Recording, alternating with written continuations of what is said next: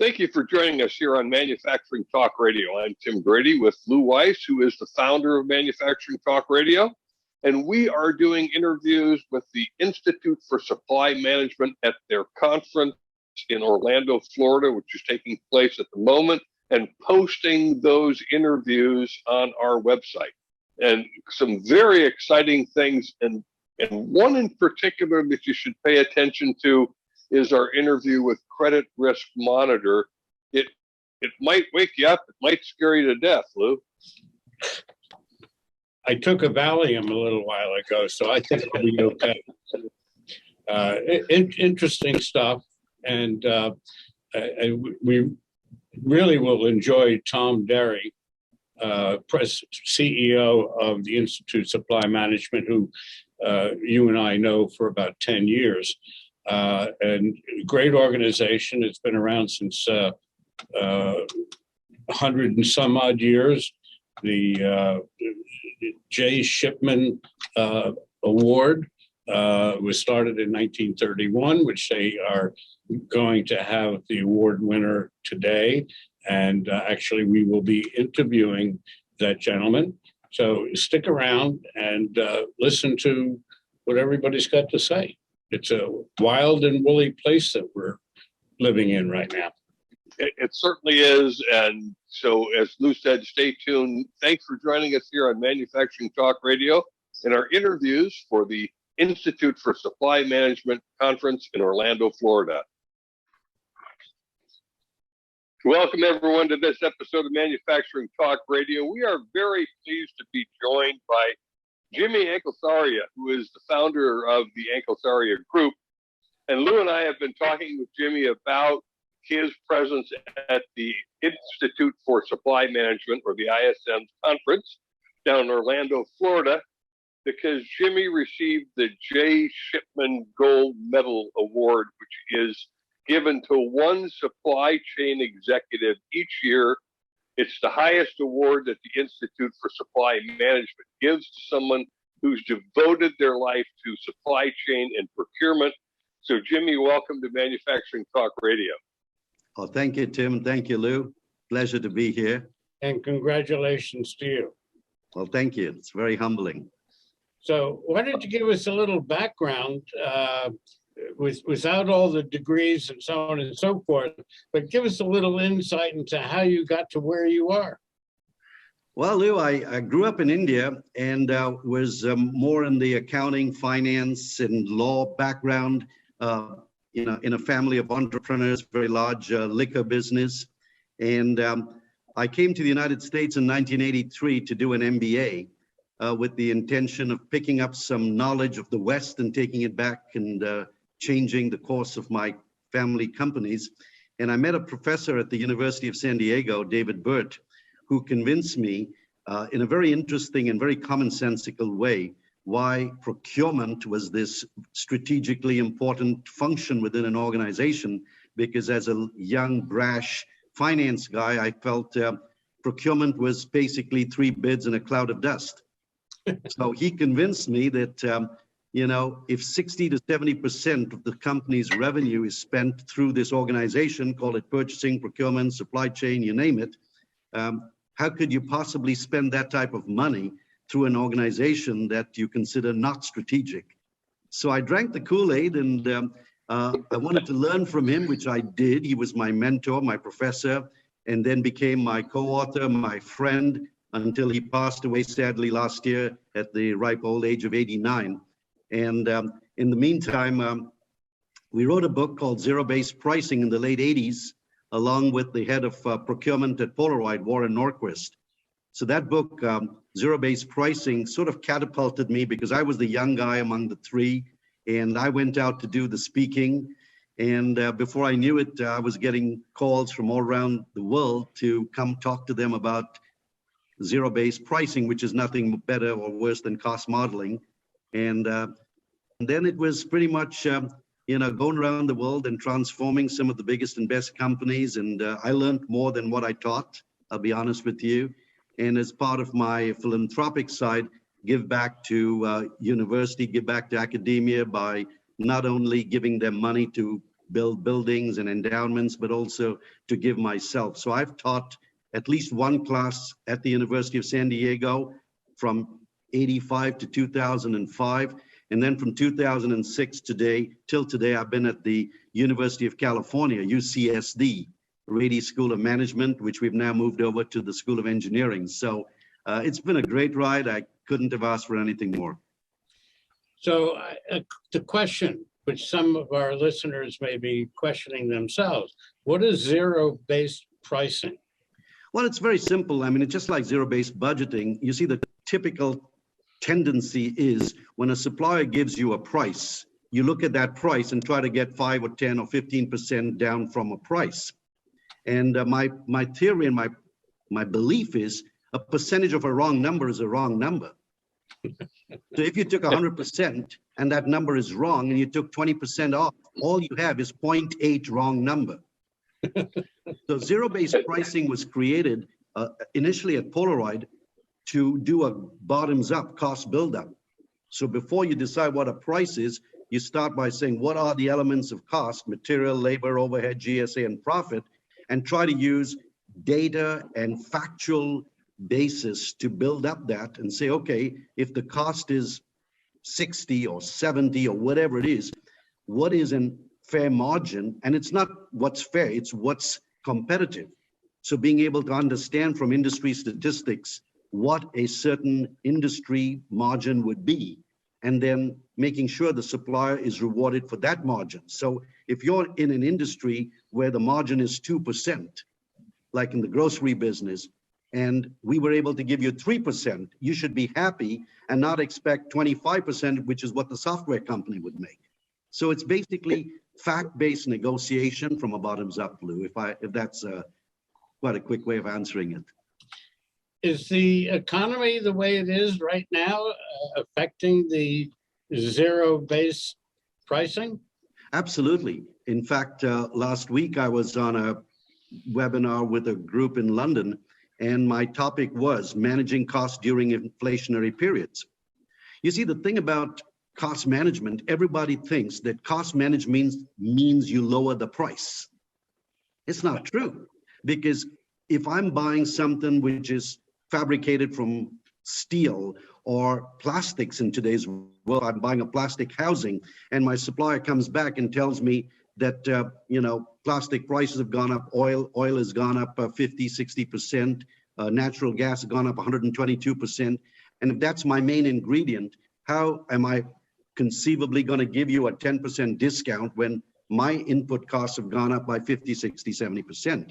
But that doesn't mean that I can't use my modeling, because what I could do is and there are so many ways, I don't want to lecture your audience here, but common sense tells me if, for example, just hypothetically, and this is a real life story actually, I had someone telling me, Jimmy, I manage ground logistics, ground transportation, and fuel has gone up. You don't have to check. I can go out and look at the gas station and fuel has gone up 50, 60%. So the supplier has asked for a 50% fuel surcharge. And he said, well, I'm thinking of negotiating it down to 30%. And I remember telling him, I said, if you work for me, you're fired. And he said, well, what do you mean? I mean, they've asked for a 50% increase and I'm going to negotiate it down to 30%. And I spent $80 million. So this is a great savings. And I repeated, I said, yeah, but if you work for me, you're fired. And he looked, well, you're certainly not the old president of the United States, right, to fire me. I said, well, I'll tell you what. Tell me before you say anything else, how much of that 100% that you pay the supplier, which is the supplier's revenue, how much of that revenue do you think is going to the fuel suppliers for those trucks? So, well, I don't know. I said, well, if you're managing $85 million, you better darn well know where that money is going. Otherwise, if I'm your boss, I'm going to be pretty upset that you can't write a check of $85 million and not know where that goes. So, to make it short and to also help him along, I said, well, let me tell you that in a transport company, fuel is about 12 to 15% of the total, because you've got direct labor, which is the driver's salary. That's far more than the fuel. You got depreciation of the equipment. You've got tires, repairs, road taxes, registration, etc. Then you've got the whole corporate CEO, CFO, IT department, HR department, all that costs money. So fuel is about 12 to 15%. So if 15% has gone up by 50%, that's 7.5% on the total, not 30% or not 50%. So fact-based and showing, by the way, 50% is not 50% across the board. If you've got good procurement, you should be buying futures contracts, etc. So not everybody, you and I as a retail people, yeah, we have no choice. We have to go and fill up at the gas station. But if you're buying hundreds and thousands of gallons, you're not getting it from the gas station the way we are. So that kind of triggers the way of talking, you know, that we talk from knowledge, we talk from strength, and we educate the supplier that we're not stupid. You know? Point of information, today being May 23, 22. 23rd, yep, that's right. Oil today was $110 a barrel. It's better than 112 on Friday, so. This is true. So you're trying to show me you know your stuff, huh? Jimmy, I'm just curious. You know, for the last 50 years, all of us being in a relatively same age group, we never heard about supply chain, procurement, buyers on the mainstream news. In the last 6 months, it's on every newscast. You've got to be excited about that. It's the best challenge, Tim. In fact, I always tell people, this is your moment. Seize it with both hands, because if I go back to when I drank the Kool-Aid in 1984, all I've heard is the same. We need a seat at the CEO's table. Procurement needs a seat at the CEO's table. And I'm like, you can keep whining and hollering and stuff. What are you doing about it? How are you educating senior level management? Now, I was a young guy, but I was also pretty senior level. I was on the boards of so many different profit and non-profit companies, thanks to my family position. And as I said, honestly, I have not seen the procurement people. You know, the finance CFO would come and make a presentation at the board. The head of marketing would make a presentation at the board. The R&D people made a presentation at the board. I never saw a procurement person at the board. So of course, who heard of procurement? But they were doing their stuff. When the toilet paper is not available in the restroom, yeah, you're going to hear from the CEO real fast, right? Because as they say, that's a crappy problem. But you're not going to get that from the average Joe or Jane, because procurement is doing their job. And I think, sadly, the pandemic to start with, but now we got semiconductors, we've got a crap load, quite honestly, from toilet paper to, you know, baby food and stuff like that. It's sad, but suddenly the supply chain procurement has become visible. But they've always been solving problem, Tim and Lou, and they will solve these problems now that they're getting the attention and the funding to do so. No doubt. I fully believe it, yeah. The baby food issue, which is very current right now, is really a horrible situation, to say the least. I think right now we have 2 or 3 military aircraft that's flying in to land in Indiana, I guess because of distribution points going every which way. I wonder what the cost is on new baby food. Well, see, that's one of the things.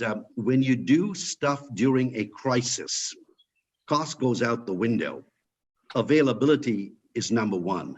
Right. You know, try and tell a mom that you're going to have to let your baby starve because you're not willing to pay 50% more for baby food. You know, but it's very, very unfortunate. I'm not saying it could have been predicted or prevented, but it could have been managed better, and I'll leave it at that. I don't want to get into politics. We don't do politics here. We stay away from that. I've learned that. I learned that very early in my life. We'll talk about politics when we're off air. Happy to do that. Happy to do that, my friend. Well, Jerry, I'm excited to talk to you about your award, certainly deserving of it, all of the years that you put in and all of the philanthropic work that you're doing. Where do you see some of these, you know, transportation the shortage of raw materials resolving itself? Do you see some kind of time frame, or is it going to be resolved by the next recession? I certainly hope before the next recession, but I think you see what happens is most business, whether it's transportation, whether it's semiconductors, baby foods, oil, you name it. See, as long as you have enough gray hair, like maybe all three of us, economies go in cycles, and some cycles are steeper, but we always know that after every down, there's always an upside. The question is how fast you can shrink that so it doesn't take 12 months or 15 months, it takes 10 months or 6 months. So I think what's happening here is, unfortunately, the pandemic, certainly, that, I don't think anyone in their wildest dreams could have predicted that, one, we would have a pandemic. It's like being in California, the big one's coming. Well, I've been there for 39 years. I'm still waiting for a big one, or maybe I'm not waiting for it. But the thing is, I think better planning needs to be in place, regardless of whether we have a pandemic or not. So I think what's happening, and you're seeing it already, is this greed of chasing what I call labor arbitrage. And I'm not getting political, but I'm very passionate about this topic. You see, in the 90s, what happened was China became this place for labor arbitrage. Yes, it was at almost a 10-to-1 ratio with people. But as a person who's focused my 30 plus years on cost management and cost breakdowns, labor is becoming a smaller and smaller and smaller component of the total cost, of the total price. And today, in many of the high-tech places, labor is not even 5%. And when you add the cost of inefficiencies, the cost of transportation, the cost of money, blocking up inventory for so many weeks because you're buying something from overseas. So I think the writing was on the wall, but unfortunately, some greedy companies either didn't want to make the change because it would cost 5 cents more to bring it closer, or in many cases, they didn't know what it costs. And this is an embarrassment, but many times you chased business to another country because keeping up with the Joneses. Everybody's going there, we must go there. Nobody bothered to really check what are the total cost of ownership. What's the cost of delay? What's the cost of a plant shutdown? And what's the probability of shutting it down when you have an overseas supplier where it takes 6 weeks to get the product through? So I think it was bad overall economic management, not just the pandemic, And then suddenly what happens is you've got rid of your infrastructure. The infrastructure is moved to other countries. Now, even if we wanted to resource and onshore, we don't have the capacity, number one. Number two, we don't have the people. Now, I want to get into immigration here, all right? But we don't have the people. You don't have enough engineers. You don't have enough craftsmen in this country. So we're not going to be able to bring things back. We could nearshore it. Mexico could become the next China for us. And it's already happening. But all this takes time. And I was talking to a group a few weeks ago. This is going to take a generation because we've got to retrain our workforce all the way from schools to universities, where the United States people in general were happier making money, moving money around, working on Wall Street, working for financial institutions. We've forgotten what built America, which is good manufacturing. So your audience, manufacturing talks. I think, unfortunately, in the United States, manufacturing was snoring, not talking. So we're in a situation now where, and you're right, we don't have enough people. We don't have enough people in manufacturing. We don't have enough blue collars. Guys with white hair are retiring or dying. But it's a serious crisis. We do have a situation right now coming out of Europe. We have Ukraine with all these trained technicians and work people. Why not bring them here? Okay, Lou, you're getting me a little bit into politics now, because that's a little bit. But you're absolutely bang on. We should be importing engineers. We should be importing craftsmen, machine operators, etc. There's no question about it. We need them versus opening up a border and letting anyone walk through. Correct. But that's out of my my wheelhouse. But you're right, absolutely. The second thing we need to do is we need to do what countries like China and other countries did. We've got to open up free trade zones. We've got to encourage the Germans to come and build here. We need Swiss to come and build here, to bring in. United States, we've never been short of capital. We are the capital of the world in the sense, the business capital and the financial money is available in the United States. So we don't need investors. We've got investors. What we need is the technology, the people, the equipment to rebuild American manufacturing. And we just don't have it right now. Very true. Now I see why you won the award that you did win. Well, I don't know about that. Well, you certainly know a lot more than Tim and I do. And, but we're only making believe. You really know the stuff. Yeah. Well, Jimmy, thank you so much for joining us on Manufacturing Talk Radio. Again, congratulations for the J. Shipman Award. And we appreciate hearing from you because in your voice, in your passion, we can hear, as Lou said, why you won that award. You're certainly deserving, and thanks for joining us. Thank you very much. Thank you, Tim, and thank you, Lou. It's been my pleasure. Our pleasure. Thank you. And we want to thank all of you who are watching Manufacturing Talk Radio. Keep in mind that the ISM conference is taking place this week, May 23rd. It started on Sunday, Monday, Tuesday, Wednesday. So there's a lot of exciting information coming out of that. Jimmy's one of those people that's providing some of that exciting information. Go to jacketmediaco.com if you'd like to learn more. And thanks for watching.